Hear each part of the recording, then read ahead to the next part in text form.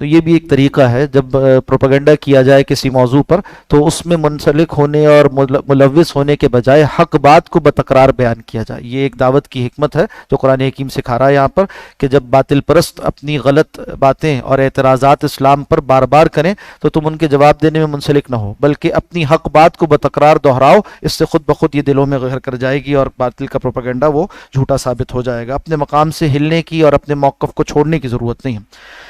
فرمایا کہ وَحَيْثُ مَا كُنْتُمْ فَوَلُّوا وُجُوهَكُمْ شَطْرًا لِأَلَّا يَكُونَ لِلنَّاسِ عَلَيْكُمْ حُجَّةٌ، تاکہ لوگوں کے پاس تمہارے خلاف کوئی حجت نہ رہ جائے. کیا حجت؟ کہ اگر تمہارا قبلہ تبدیل نہ ہوتا تو یہود و نصارہ یہ اعتراض کرتے کہ ہماری کتابوں میں تو لکھا ہوا ہے کہ آخری نبی کے قبلے دو ہوں گے، پہلے ایک قبلے کی طرف رخ کریں گے پھر تبدیل کریں گے. اگر تبدیل کیا تو اب اعتراض کر رہے ہیں، نہ کرتے تب بھی اعتراض کرتے. تو ہم نے تبدیل کروا کر تمہارے اوپر سے وہ اعتراض ختم کروا دیا. الا الذین ظلموا منہم، سوائے ان کے جو ان میں سے ظالم ہیں. فلا تخشوہم، جو ہٹ دھرم ہے ان سے نہ ڈرو، وہ تو ماننے والے نہیں. بخشونی، مجھ ہی سے ڈرتے رہو. ولیتم نعمتی علیکم، میں اپنی نعمت تم پر تمام کر دوں گا. نعمت شریعت ہے، احکامات الہیہ ہیں، اور حلال و حرام کی وہی ہے جو نازل ہوتی رہی تھی. تو ولیتم نعمتی علیکم، تم پر اپنی نعمت تمام کروں گا. لعلکم تہتدون، تاکہ تم ہدایت یافتہ ہو جاؤ. کما ارسلنا فیکم رسولا منکم، جیسے ہم نے تم میں رسول بھیج دیے تم ہی میں سے. یہ آیت جڑی ہوئی ہے اس آیت سے جس کا مطالعہ کل ہم نے کیا تھا کہ حضرت ابراہیم علیہ السلام، حضرت اسماعیل علیہ السلام جب تعمیر کعبہ کا مقدس فریضہ انجام دے رہے تھے تو بلند کرتے ہوئے اس کو اس کی بنیادوں سے دعا کر رہے تھے کہ اللہ ان میں ایک ایسا رسول مبعوث فرمائیے. ان میں سے مراد اپنی اولاد و ذریت میں سے، تو اسی بنو اسماعیل میں سے رسول اللہ صلی اللہ علیہ وسلم کو مبعوث کیا. تو اب اللہ یہاں فرما رہے وہ جو دعائے ابراہیم تھی نا وہ قبول ہو گئی ہے. کما ارسلنا فیکم، جیسے کہ ہم نے بھیج دیا، یعنی اس دعا کے جواب میں رسول منکم، تم ہی میں سے رسول. اور جو چار باتیں وہاں ذکر ہوئی تھی وہی چار یہاں دہرا دی. کیا کرتے ہیں وہ؟ یتلو علیکم آیاتنا، وہ تلاوت کرتے ہیں تم پر ہماری آیات. و یزکیکم، اور تمہارا تزکیہ کرتے ہیں. و یعلمکم الکتاب والحکمہ، اور تمہیں سکھلاتے ہیں کتاب و حکمت یعنی قرآن و سنت کا علم. اب یہاں دیکھیے جب دعا کی تھی حضرت ابراہیم و اسماعیل علیہ السلام نے تو وہاں تزکیے کو مؤخر ذکر کیا تھا، بعد ذکر کیا تھا تعلیم کتاب و حکمت سے. یہاں پر باقاعدہ اللہ سبحانہ و تعالی نے تزکیے کو مقدم ذکر کیا، یعنی پہلے ذکر کیا. معلوم ہوا کہ تعلیم سے زیادہ ضروری تزکیہ ہے. ذہن صاف ہو، اعمال پاک ہوں، دل پاک ہو اور باطنی بیماریوں سے انسان کا باطن صاف ہو چکا ہو تو پھر علم گھر کرتا ہے. اور مولانا روم فرماتے ہیں کہ بے ادب را علم فن آموختن دادنے تیغ در دست راہزن. کسی بے ادب آدمی کو علم و فن سکھانا، علم سکھا دینا ایسے ہے گویا کہ کسی ڈاکو کے ہاتھ میں تلوار پکڑا دینا. تو کیا ہوگا کہ اب یہ اس علم کو استعمال کرے گا اپنی باطل اغراض کے لیے، اپنی دنیا کے لیے، اسی طرح لوگوں کو نقصان پہنچانے کے لیے. جو تزکیہ یافتہ ہوگا، جس کا نفس پاک ہوگا، جس کی خواہشات کا تزکیہ اور تطہیر ہو چکی ہو، جس کے خیالات صاف ہو چکے ہوں، جس کا باطن صاف ہو چکا ہو، اخلاص کی محنت ہو چکی ہو اس کے اوپر یا اس کے اندر، تو اس کے بعد وہ علم کارگر ہوگا جو اسے سکھایا جائے گا. وہی چار کام یہاں پر ذکر کیے گئے. دعائے ابراہیم و اسماعیل پوری ہوتی ہے یہ تقریباً 3000 سال بعد، یعنی حضرت ابراہیم علیہ السلام کی دعا اور اس کی قبولیت کی صورت میں حضرت رسول اللہ صلی اللہ علیہ وسلم کی بعثت، 3000 سال کا وقفہ ہے درمیان میں.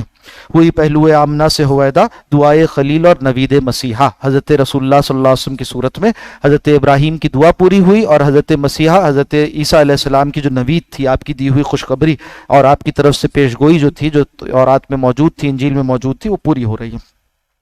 چار کام وہی ہیں. اور دیکھیے یتلو علیہم آیاتی ہی کو مسلسل ذکر کیا، مستقل ذکر کیا. معلوم ہوا کہ قرآن حکیم کا پڑھنا ترجمے کے ساتھ یہ ایک اضافی اور خیر کی بات ہے، آگے کی بات ہے، مگر بغیر ترجمے، بغیر سمجھے ہوئے پڑھنا یہ بھی اپنی جگہ ایک کار تعبد اور کار خیر ہے.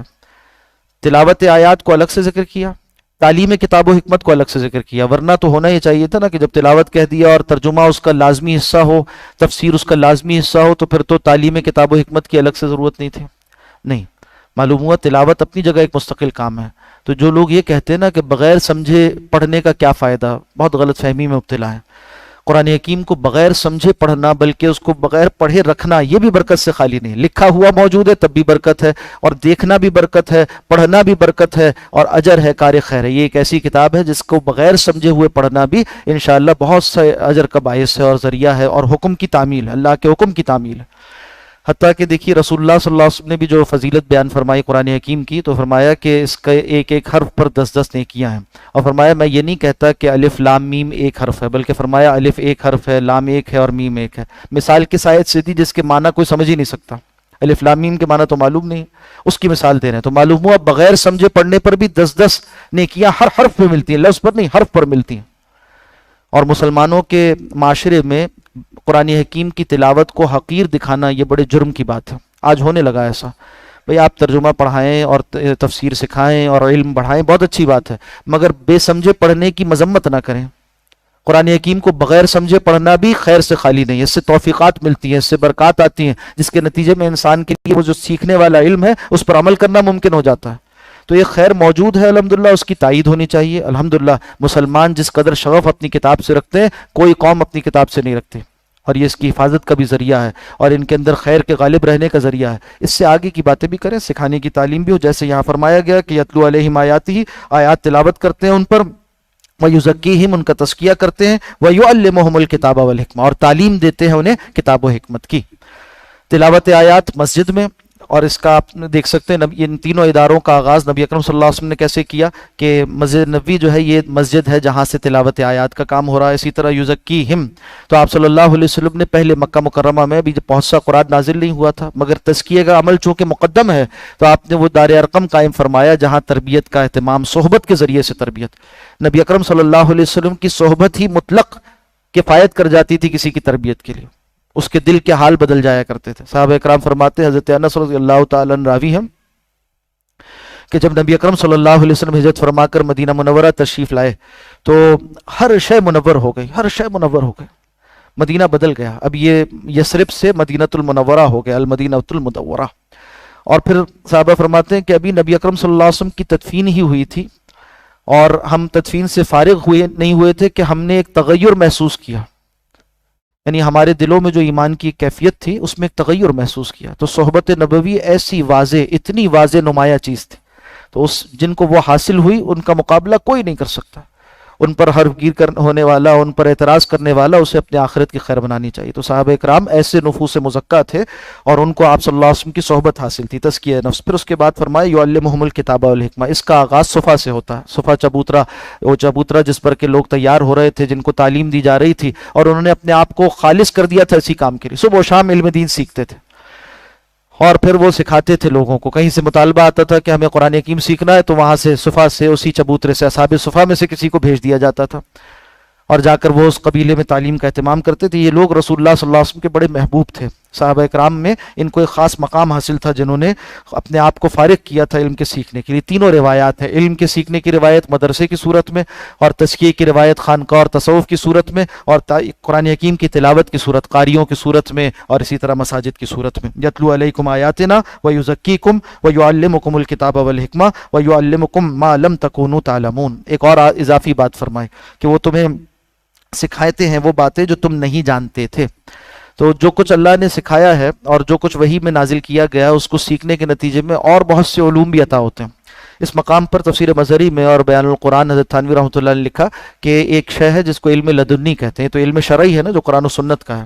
تو جب انسان عمل کرتا ہے اس علم پر، اسے سیکھتا ہے، اس پر عمل کرتا ہے، تو اللہ وہ بھی سکھاتے اور سجلاتے ہیں، ایسی بصیرت پیدا فرما دیتے ہیں جو لکھا ہوا نہیں ہے مگر اس کو سمجھ میں آتا ہے۔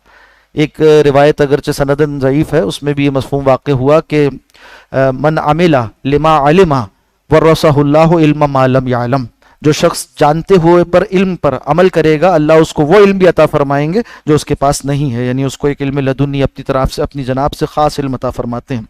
فاذکرونی اذکرکم، اب یہ ذکر بڑا ذریعہ ہے علم کو علم کو اچھا کرنے، برکت کو دنیا میں اپنی زندگی میں شامل کرنے کا، اور اسی طرح سے کہیے کہ تزکیہ نفس کا۔ تو اللہ فرماتے ہیں مجھے یاد کرو، اذکرکم، میں تمہیں یاد رکھوں گا، واشکروا لی، اور میرا شکر کرو، ولا تکفرون، اور دیکھو میری ناشکری سے کام نہ لینا، میری ناشکری مت کرنا۔ یا ایھا الذین آمنوا، اے لوگو جو ایمان لائے ہو، استعینوا بالصبر والصلاۃ، مدد حاصل کرو صبر کے ذریعے اور نماز کے ذریعے سے۔ پہلے بھی حکم آ چکا، پھر سے یہ حکم دیا گیا، ان اللہ مع الصابرین، بے شک اللہ صبر کرنے والوں کے ساتھ ہے۔ ولا تقولوا لمن یقتل فی سبیل اللہ اموات، ہرگز نہ کہنا ان لوگوں کو جو اللہ کے راستے میں مارے گئے کہ وہ مردہ ہیں۔ جہاد فی سبیل اللہ میں، قتال فی سبیل اللہ میں، میدان جنگ میں جو لوگ شہید ہو جائیں ان کو مردہ نہ کہنا، وہ تو شہید ہیں، بل احیاء، بلکہ وہ زندہ ہیں، ولکن لا تشعرون، مگر تم ان کی زندگی کا شعور نہیں رکھتے، تمہیں نظر نہیں آتی ان کی زندگی۔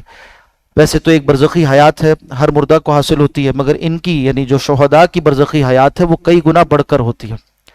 اور جب رسول اللہ صلی اللہ علیہ وسلم کے دین پر عمل کرتے ہوئے اور دین کی خاطر کوئی شہید ہو جائے، اس کو وہ حیات برزخی اگر ایسی حاصل ہے کہ اسے کہا جا رہا ہے، اس کے بارے میں کہا جا رہا ہے کہ اسے مردہ نہ کہو، تو آپ صلی اللہ علیہ وسلم کی حیات برزخی کا کیا عالم ہوگا۔ چنانچہ امت مسلمہ کا یہ عقیدہ ہے کہ رسول اللہ صلی اللہ علیہ وسلم اپنے قبر مبارک میں حیات ہیں، مگر وہ حیات ویسی نہیں ہے جیسے دنیا کی حیات ہے۔ آپ نے دنیا سے پردہ فرما لیا، مگر آپ کی حیات برزخی وہ ہماری سمجھ میں نہیں آ سکتی، غیر معمولی نوعیت کی ایک حیات ہے، ایک ایسی حیات ہے جو یقیناً شہداء کی حیات سے بڑھ کر ہے۔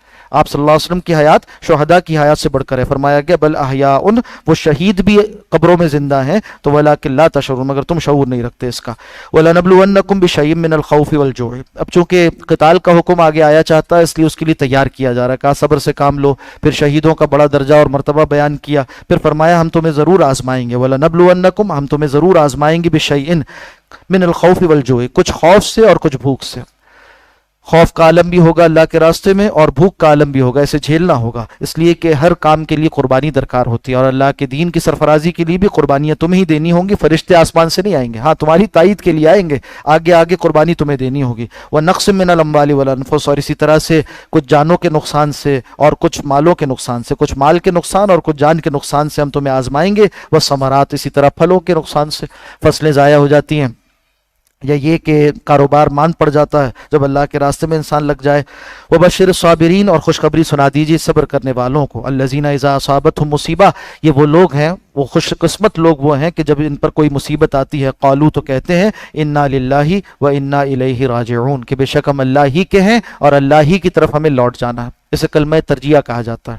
اور آپ صلی اللہ علیہ وسلم نے طریقہ سکھایا کہ جب کسی مسلمان کو کوئی تکلیف پہنچ جائے تو اسے چاہیے یہ کلمہ کہے، انا للہ و انا الیہ راجعون۔ اس میں ایمان کا سبق ہے، چھوٹا نقصان بھی ہے تب بھی اللہ کو یاد کرے، بڑا نقصان ہے تب بھی اللہ کو یاد کرے۔ لوگ سمجھتے ہیں کہ شاید صرف کسی کا انتقال ہو جائے تبھی یہ کلمہ کہا جائے گا، نہیں، حتیٰ کہ دیا بھی بجھ جائے نا، تو جیسے آج کل بجلی چلے جاتی ہے تو کہہ دیں انا للہ و انا الیہ راجعون، اس موقع پر بھی ایمان کا سبق تازہ ہو جائے۔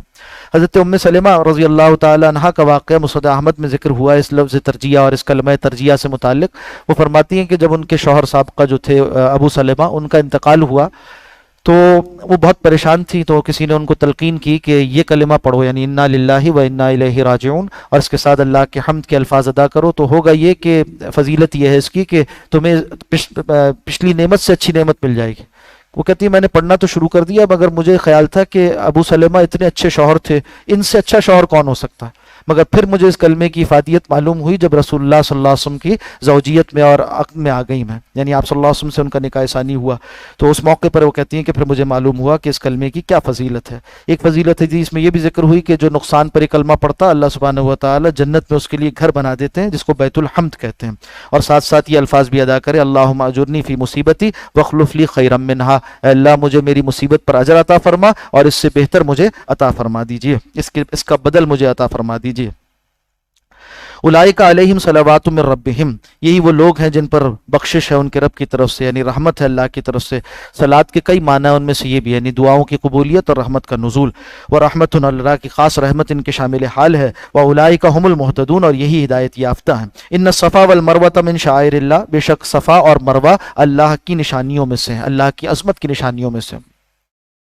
یہ دو پہاڑیاں ہیں جو کعبۃ اللہ کے قریب واقع ہیں، اور اس کا بھی پس منظر حضرت ابراہیم علیہ السلام سے جڑا ہوا ہے کہ جب ان کو حکم ہوا کہ اپنی زوجہ حضرت ہاجرہ اور بیٹے نوزائیدہ بیٹے اور شیرخوار بیٹے حضرت اسماعیل کو وہاں چھوڑ کر آ جائیں وادی بیاب ہو گیا کعبۃ اللہ کے پاس جہاں کوئی ایک تنکا بھی نہیں تھا موجود، تو کہا وہاں چھوڑ کر آ جائیں۔ مشکیزے میں تھوڑا سا پانی تھا وہ ختم ہو گیا، جلد چھوڑ کر چلے گئے، جانے لگے تو حضرت ہاجرہ پوچھتی ہیں کہ کیا یہ اللہ کے حکم سے آپ کر رہے ہیں؟ انہوں نے فرمایا ہاں اللہ کے حکم سے۔ انہوں نے کہا پھر اچھا ٹھیک ہے، اللہ ہمیں ضائع نہیں کرے گا۔ جب تک پانی موجود تھا کچھ کام چلتا رہا، یہاں تک کہ پھر بعد میں پیاس کی وجہ سے حضرت اسماعیل بلبلا رہے تھے، حضرت ہاجرہ سے منظر دیکھا نہ گیا، انہوں نے بچے کو وہیں چھوڑا اور پھر چاہا کہ کسی اونچے مقام سے جا کر دیکھیں آس پاس کہیں پانی موجود ہے، تو ایک ٹیلے پر وہ چڑھتی تھی، وہ صفا تھا، اور وہاں سے پھر دوسرے ٹیلے تک جاتی تھی، وہ مروا تھا، تو درمیان میں وہ جگہ جہاں ڈھلان آتی ہے وہاں تیز گزرتی تھی، اس خیال سے کہ بچے تک نظر رہے، ایک طرف بچے کو دیکھتی تھی، دوسری طرف پانی کو تلاش کرتی تھی۔ اللہ سبحانہ و تعالیٰ کو اس مجبور ماں کی یہ ادا اتنی پسند آئی کہ اسے پھر مناسک حج میں شامل کر دیا۔ اچھا، اب یہ طریقہ چلا آ رہا تھا حج کے طریقوں میں سے، حضرت ابراہیم علیہ السلام کے زمانے سے مناسک حج میں شامل تھا کہ صفا و مروہ کے مابین جو ہے وہ چکر لگایا جائے، مگر مشرکین عرب نے بعد میں جب شرک داخل کر دیا حج کے طریقوں میں اور بگاڑ پیدا کر دیا طریقہ ابراہیمی میں، تو انہوں نے پھر صفا اور مروہ پر دو بت لا کر رکھ دیے تھے، ایک بت کا نام تھا اساف اور دوسرے کا نام تھا نائلہ، اور اس کے مابین جب چکر لگاتے تھے سمجھتے تھے کہ ان بتوں کے تقدس میں، جہاں بہت سے بت لا کر کعبۃ اللہ میں رکھے، صفا و مروہ میں بھی رکھ دیے۔ اب دور اسلام میں مسلمانوں کو یہ خیال پیدا ہوا کہ یہ تو اصل میں بتوں کی علامتیں ہیں، ان کے مابین چکر لگانا تو گناہ کی بات ہے، ناجائز ہے، تو سوال کیا گیا۔ اس موقع پہ آیت نازل ہو گئی کہ یہ بت تو بعد میں رکھے گئے، اصل میں تو یہ اللہ کی ایک بندی کی قربانی اور اس کی ایثار کی علامت ہے، اور اللہ کی طرف سے یہ عظمت کی نشانی متعین کر دی گئی، اس کی دین کی عظمت ہے۔ جب بھی اللہ کے بندے اس کی دین کے لیے قربانیاں دیتے ہیں تو وہ اصل میں دین کی عظمت کی ایک نشانی قائم کر رہے ہوتے ہیں۔ شہداء جب اللہ کے راستے میں شہید ہوتے ہیں تو وہ بھی اللہ کے دین کی عظمت کی ایک نشانی قائم کر رہے ہوتے ہیں، اپنے خون سے گواہی دے رہے ہوتے ہیں اللہ کے دین کی عظمت کی۔ تو فرمایا ان الصفا والمروہ من شعائر اللہ، صفا و مروہ تو اللہ کی عظمت کی نشانیوں میں سے، شعائر شعیرہ کی جمع ہے، شعیرہ ایسی کوئی چیز جس کو دیکھ کر شعور بیدار ہو جائے عظمت خداوندی کا۔ فمن حج البیت، چنانچہ جو کوئی حج کرے بیت اللہ کا، او اعتمرہ یا عمرہ کرے، فلا جناح علیہ، تو اس پر کوئی گناہ نہیں اس بارے میں، ان یطوف بہما، کہ وہ ان دونوں کے مابین چکر لگائے۔ طواف میں جو چکر لگائے جاتے ہیں اس کو شوط کہتے ہیں، اور یہاں جو چکر لگائے جاتے ہیں ایسے صحیح کہتے ہیں۔ قرآن حکیم نے لغوی طور پر اس کو بھی طواف سے تعبیر کیا۔ 7 شوط کا مجموعہ ایک طواف ہے، اور جو کعبۃ اللہ کے گرد ہوتا ہے عمرہ اور حج میں، اور اسی طرح سے صحیح 7 اس کو جو ہے صحیح بین الصفا والمروہ کہتے ہیں۔ فرمایا ومن تطوع خیرا، جو کوئی خوشی سے نیک کام کرے، فإن اللہ شاکر علیم، تو بلا شبہ اللہ سبحانہ و تعالی اس کی بڑی قدر کرنے والا ہے۔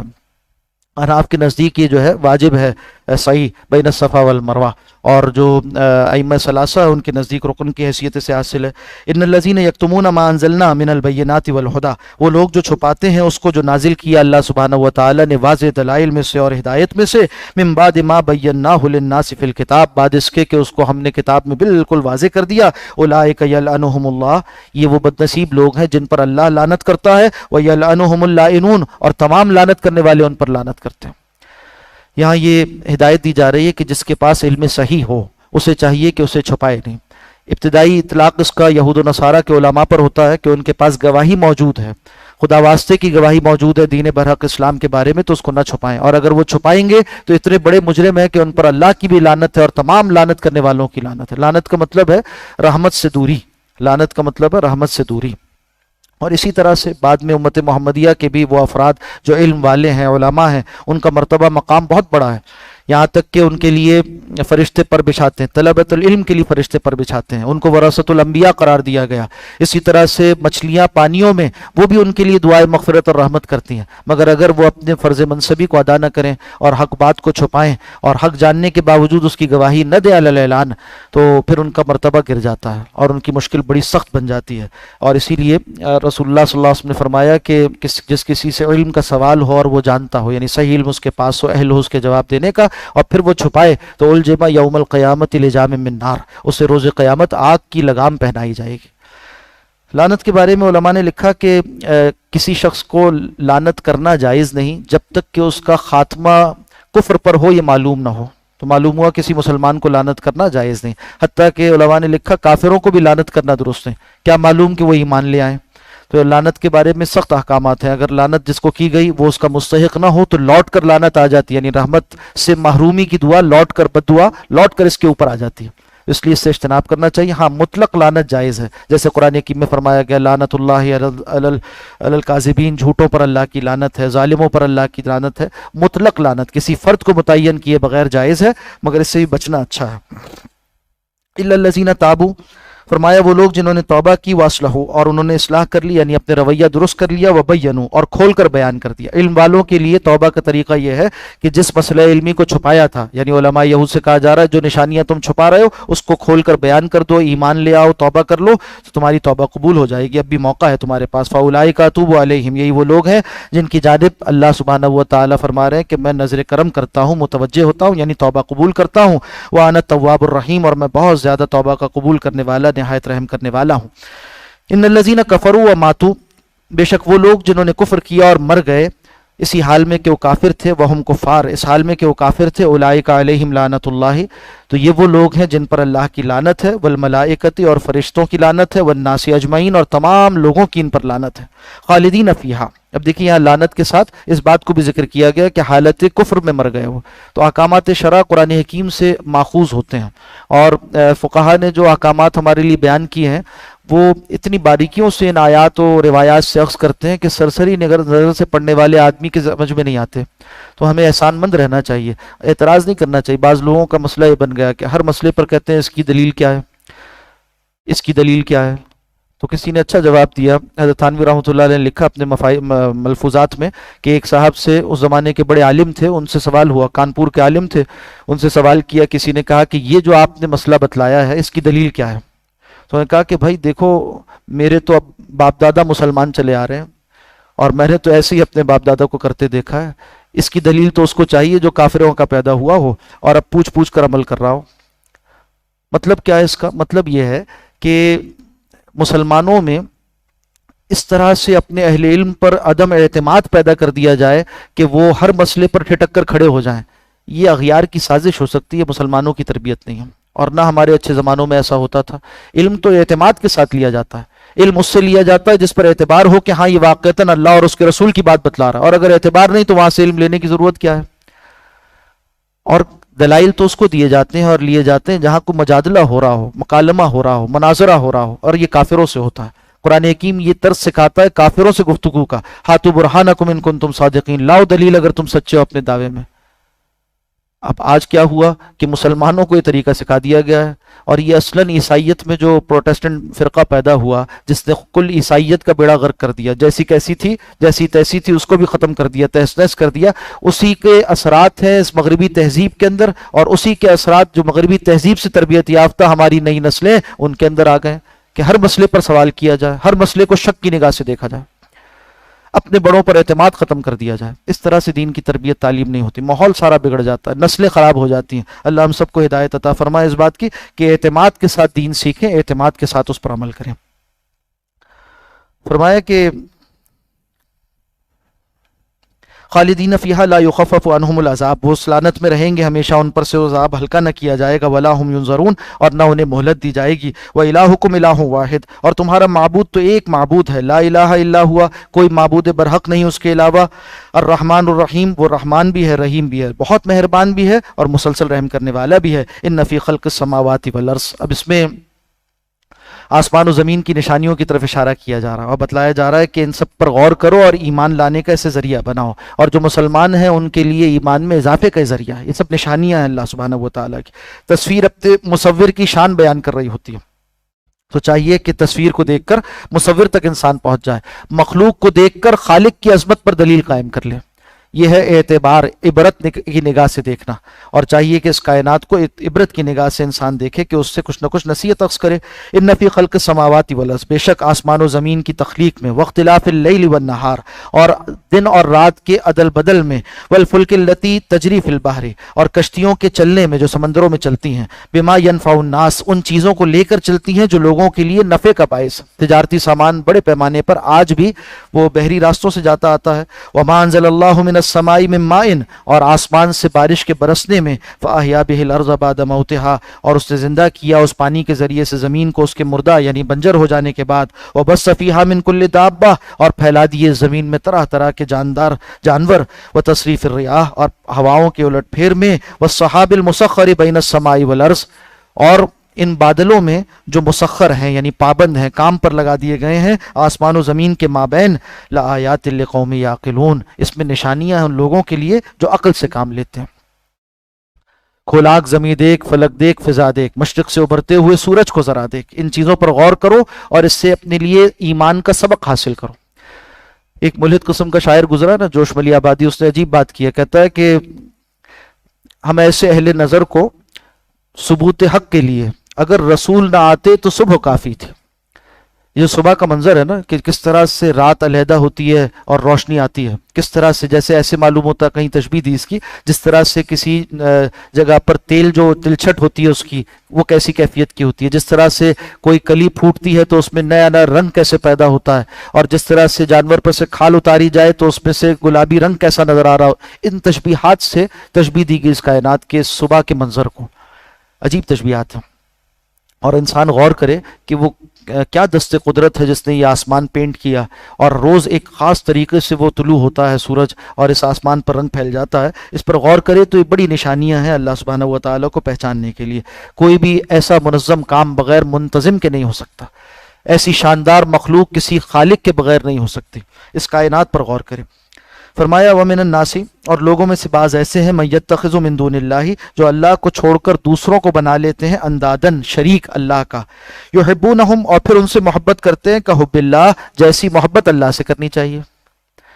دیکھیے دینداری کا بنیادی خاکہ دو نقشوں پر ہوتا ہے، یا تو محبت پر ہوگا یا خوف پر ہوگا، اور یہ دونوں صحیح ہیں اپنی جگہ، مگر بہرحال ترجیح حاصل ہے عشق کے پیٹرن کو، محبت کے زاویے کو، اور اس میں بہت سی خیریں ہیں۔ اس سے جو شخصیت وجود میں آتی ہے اس کے اندر خیر غالب ہوتی ہے، اور جو خوف والا پیٹرن ہے وہ بھی اپنی جگہ بعض شخصیتوں کے لیے پرکشش ہوتا ہے اور ضروری ہوتا ہے بعض احوال میں، مگر بہرحال وہ پرخطر ہے، اور اس کے اندر جو ہے وہ مسائل کھڑے ہوتے ہیں بعض اوقات اگر کوئی مربی موجود نہ ہو۔ تو چاہیے کہ محبت پر اور عشق پر اپنی دینداری کو استوار کیا جائے، اللہ سے محبت پر۔ والذین آمنوا اشد حبا للہ، جو ایمان والے ہیں وہ محبت میں شدید تر ہوتے ہیں اللہ سے۔ اور بہت سی محبتیں ہیں نا، شدید محبتیں ہیں، مال و دولت کی محبت ہے، اسی طرح سے اولاد کی محبت ہے، خاندان کی محبت ہے، وطن کی محبت ہے، یہ سب شدید ہو سکتی ہے، مگر اشد جو سپرلیٹو لایا گیا، جو اس کا کہیے کہ تفضیلی صیغہ لایا گیا، وہ یہاں پر ذکر اشد حبا للہ، سب سے زیادہ محبت اللہ کی ہونی چاہیے، بقیہ محبتوں پر غالب محبت اللہ کی ہونی چاہیے۔ عقل و دل و نگاہ کا مرشد اولی ہے عشق، عشق نہ ہو تو شرع و دین بت کدے تصورات، دین کو بھی عقل کا موضوع نہ بننے دیں، جیسے عرض کیا نا خوف کا موضوع، اسی طرح عقل کا موضوع بھی نہ بننے دیں۔ عقل سے آگے نکلنے کی ضرورت ہے، گزر جا عقل سے آگے کہ یہ نور تو ہے، چراغ راہ ہے منزل نہیں ہے۔ اس سے آگے بڑھ کر پھر چاہیے کہ عشق کی منزل سے انسان ہمکنار ہو اور پھر اللہ سبحانہ و تعالیٰ کا سچا عاشق اور محبوب بن جائے۔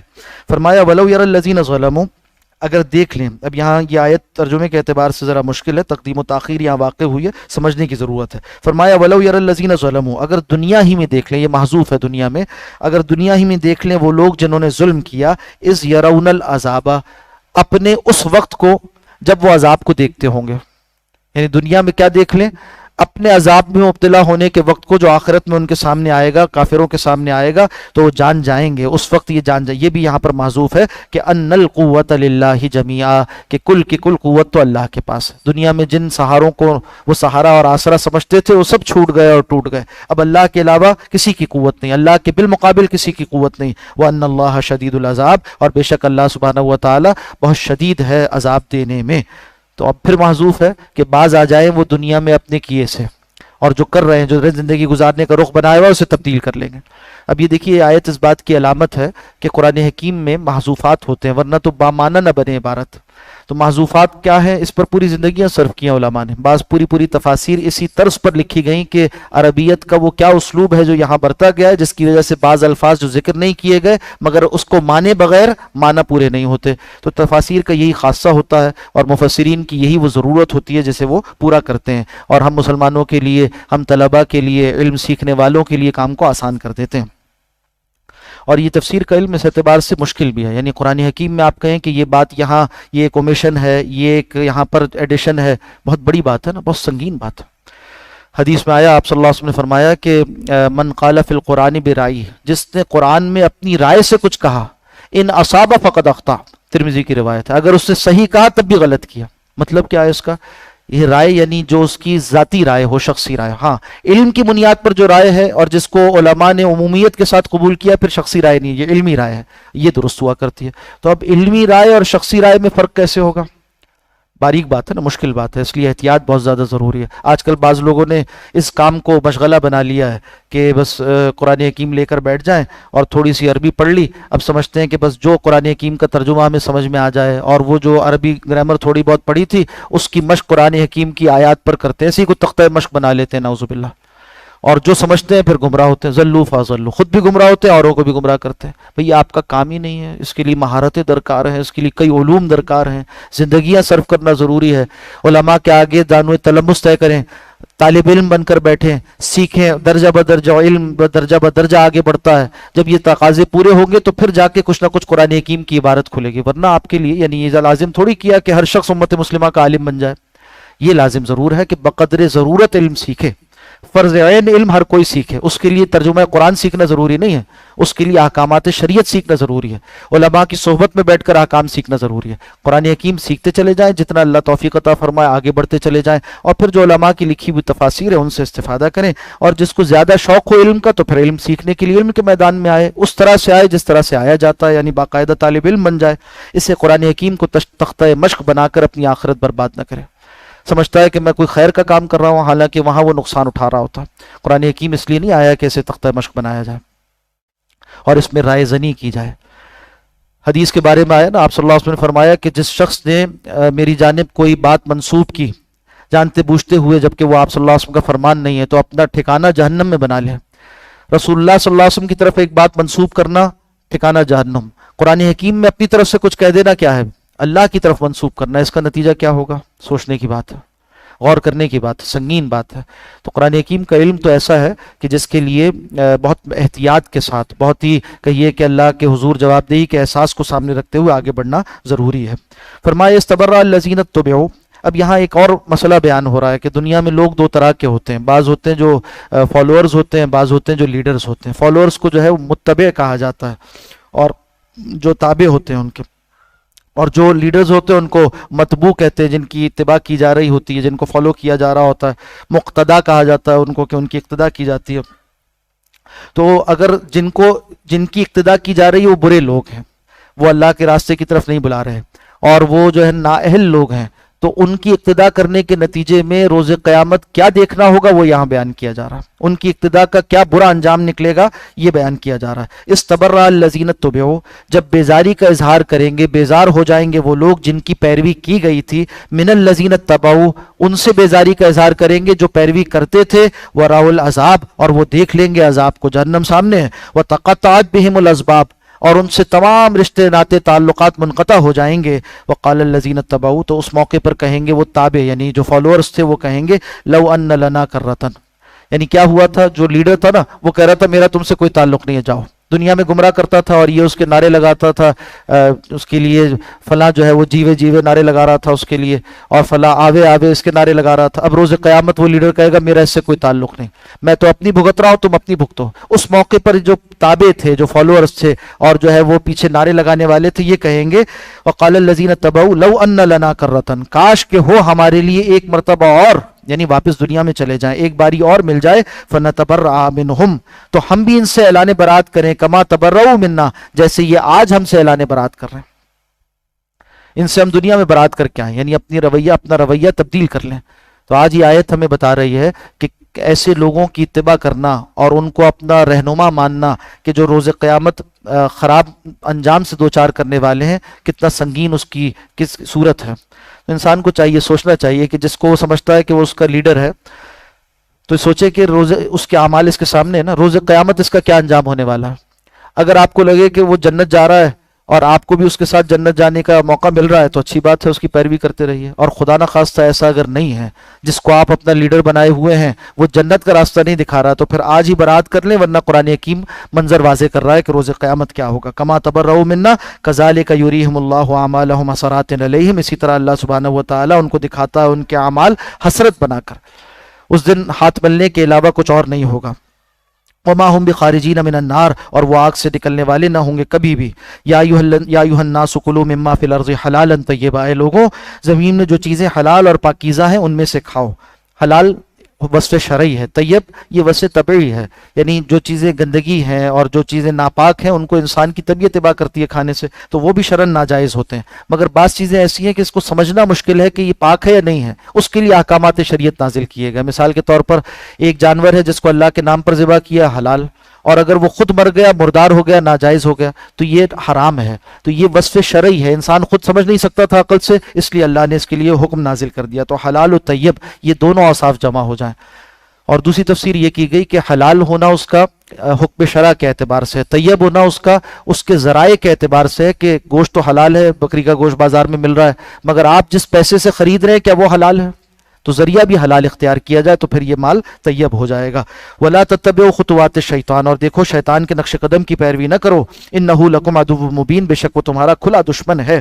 إِنَّمَا يَأْمُرُكُمْ بِالسُّوءِ وَالْفَحْشَاءِ، بے شک وہ شیطان تو تمہیں حکم دیتا ہے برائی کا اور بے حیائی کا، وَأَن تَقُولُوا عَلَى اللَّهِ مَا لَا تَعْلَمُونَ، اور اس بات کا حکم دیتا ہے کہ تم اللہ کی طرف منسوب کر کے وہ باتیں کہو جو تم جانتے نہیں ہو، توہمات، وہم اور طرح طرح کی باتیں۔ یعنی یہاں سے معلوم ہوا کہ جس بات کے بارے میں شریعت کی دلیل نہ ہو اس کو دین بنا کر عمل کرنا یہ ناجائز ہے، اور یہی بدعت کہلاتا ہے۔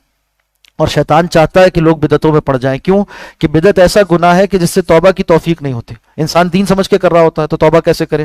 گناہ کرے تو اور ناجائز اور حرام کرے تو اس سے تو توبہ کر لیتا ہے، مگر بدعت سے عام طور پہ توبہ نہیں کرتا، اس لیے سنگین ہے، زیادہ سنگین ہے بدعت بنسبت ان چیزوں کے جو صریح حرام ہیں۔ تو توہمات سے بچو، بدعات سے بچو، اور شریعت کے موافق اور سنت کے موافق زندگی کا لائحہ عمل طے کرو۔ وَإِذَا قِيلَ لَهُمُ اتَّبِعُوا، اور جب ان سے کہا جاتا ہے کہ پیروی کرو سیدھی طرح سے، ما انزل اللہ، اس کی جو اللہ نے نازل کیا، یعنی قرآن و سنت کی پیروی کرو، یہ اپنے طرح طرح کے رسم و رواج، توہمات و بدعات کو ہٹاؤ۔ قالو، تو وہ کہتے ہیں بل نتبع ما الفینا علیہ آباءنا، نہیں نہیں، ہم تو پیروی کریں گے اس کی جس پر پایا ہے ہم نے اپنے آباء و اجداد کو۔ اور بدقسمتی سے کیا یہی بات آج ہمارے خاندانوں میں نہیں ہو رہی ہوتی؟ یہی جملے نہیں کہہ رہے ہوتے؟ کوئی اگر یہ بتائے کہ اللہ کا حکم یہ ہے شادی بیاہ کے موقع پر اور کسی غمی کے موقع پر اور کسی خاص ایونٹ پر، تو کہا جاتا ہے یہ پتہ نہیں کن لوگوں میں بیٹھنے لگ گیا، یہ نئی نئی باتیں کہاں سے لیا، ہمارے گھروں میں تو یہ ہوتا ہے، ہمارے خاندان میں تو ایسا ہوتا ہے، ہماری برادری میں تو ایسا ہوتا ہے۔ حالانکہ یہ برادری کے رسم و رواج، خاندان کے طریقے سب پیچھے جانے چاہیے جب قرآن و سنت کا حکم آگے آ جائے۔ عمل کیجئے علماء سے پوچھ کر، فتویٰ لیجئے کیا یہ چیز جائز ہے، مرنے پر کسی کے ہم یہ کرتے ہیں کیا یہ جائز ہے، اس کے موافق عمل کریں جو بتایا جائے حکم شرع۔ تو ہر موقع کے لیے ہدایت دین نے دی ہے، اس پر چلنا چاہیے، قرآن و سنت پہ، ما انزل اللہ پر چلنا ہے، ما انزل اللہ، جو کچھ اللہ نے نازل کیا ہے، وہ نہیں جس پر کہ آباء و اجداد چلے آ رہے تھے۔ ہاں یہ فرق ضرور ہے کہ اگر اللہ نے کسی کو ایسے نیک ماحول میں رکھا ہے جہاں آباء و اجداد سنت کی اتباع کرنے والے ہیں تو پھر ان کی پیروی کرنی چاہیے، جیسا کہ پہلے ہم دیکھ آئے ہیں کہ حضرت یعقوب علیہ السلام نے کیا پوچھا تھا کہ کیا کس طریقے کی پیروی کرو گے، تو اولاد نے کہا اپنے آباء و اجداد کی، اس لیے کہ ان کے آباء و اجداد وہ ہدایت یافتہ ہے نا، وہ ہدایت یافتہ ہے، مقتدا ہیں۔ تو جہاں یہ صورت ہو بہت اچھی بات ہے، اور جہاں ایسا نہ ہو، بدقسمتی سے ایسا ماحول ملے جو کہ خلاف دین ہے، خلاف شرع ہے، تو پھر وہاں چاہیے کہ تحقیق شریعت کے موافق عمل کرنے والا ہو جائے۔ تو ما انزل اللہ کی پیروی یہ علماء کی تقلید ہے، اور ما الفینا علیہ آباءنا یہ آباء و اجداد کی غلط تقلید ہے، جس کو اندھی تقلید یا کہیے کہ جاہلانہ تقلید کہتے ہیں۔ تو تقلید علماء جائز ہے اور مستحسن ہے، بلکہ ایک ضرورت ہے، ضرورت فطری ہے، ضرورت شرعی ہے، اور تقلید جہلا یہ ناجائز ہے۔ فرمایا اب اس پر ایک دلیل قائم کی، فرمایا اولو کانا آباؤہم لا یعقلون شیئا ولا یہتدون، کہ یہ اپنے آباء و اجداد کے طریقے پر چلتے ہی رہیں گے باوجود اس کے کہ نہ ان کے آباء و اجداد کچھ عقل رکھتے تھے اور نہ ہدایت یافتہ تھے؟ اگر ایسا ہے تو پھر ان کی پیروی نہ کرو، اور اگر وہ عقل والے تھے یعنی شریعت کا علم رکھتے تھے اور ہدایت یافتہ تھے تو پھر بہت اچھی بات ہے، ان کے طریقے پر چلنا چاہیے۔ فرمایا ومثل الذین کفروا، اب یہ آیت بھی اس اعتبار سے یعنی ترجمے کے اعتبار سے مشکل آیت ہے۔ فرمایا ومثل الذین یعنی مثل صفت الذین کفروا، صفت یہاں بیان ہو رہی ہے، کمثل الذی، اور یہاں بھی معصوف ہے کہ من یدعوہم الی الہدی، جلالین میں یوں اس کا معذوف نکالا گیا کہ اب یہاں دو طبقات کی مثال بیان ہو رہی ہے، ایک ان لوگوں کی جن کو بلایا جاتا اور وہ غور نہیں کرتے، عوام الناس جن کو دین کی طرف بلایا جا رہا ہے مانتے نہیں، اور مثال اس کی جو ہدایت کی طرف بلانے والا ہے۔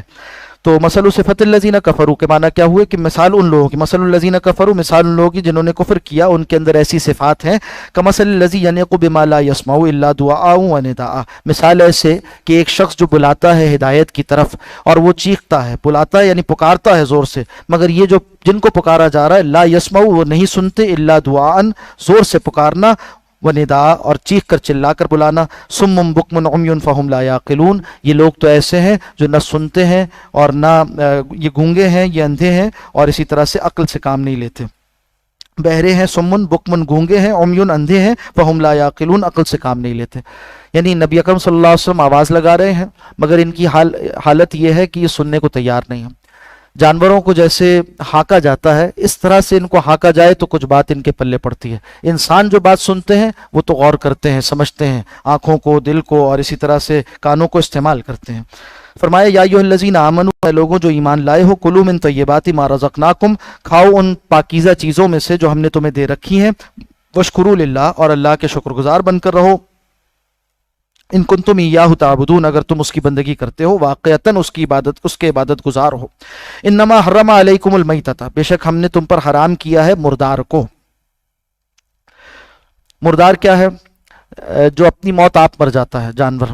ہاں البتہ دو مردار ایسے ہیں جن کو حدیث مبارکہ میں اس المیتہ کے حکم سے مستثنیٰ کیا گیا۔ آپ صلی اللہ علیہ وسلم نے فرمایا، ابو داؤد شریف کی روایت ہے کہ احلت لنا میتتان، دو مردار ہم پر حلال کیے گئے، الحوت والجراد، ایک مچھلی ہے کہ اس کو ذبح نہیں کیا جاتا، شکار کرتے ہیں وہ مر جاتی ہے مگر حلال ہے، اسی طرح جراد یعنی وہ جو ٹڈیاں ہوتی ہیں بڑے پیمانے پر آتی ہیں ان کو بھی استعمال کیا جاتا ہے، کھایا جاتا ہے، وہ بھی حلال ہے، اس کو بھی ذبح نہیں کرتے۔ تو یہ دو مردار حلال ہیں، باقی جو جانور آپ سے آپ مر جائے اگرچہ وہ حلال قسموں میں سے ہے مگر جب وہ آپ سے آپ مر جائے، ذبح نہ کیا جا سکتا ہو تو مردار ہے۔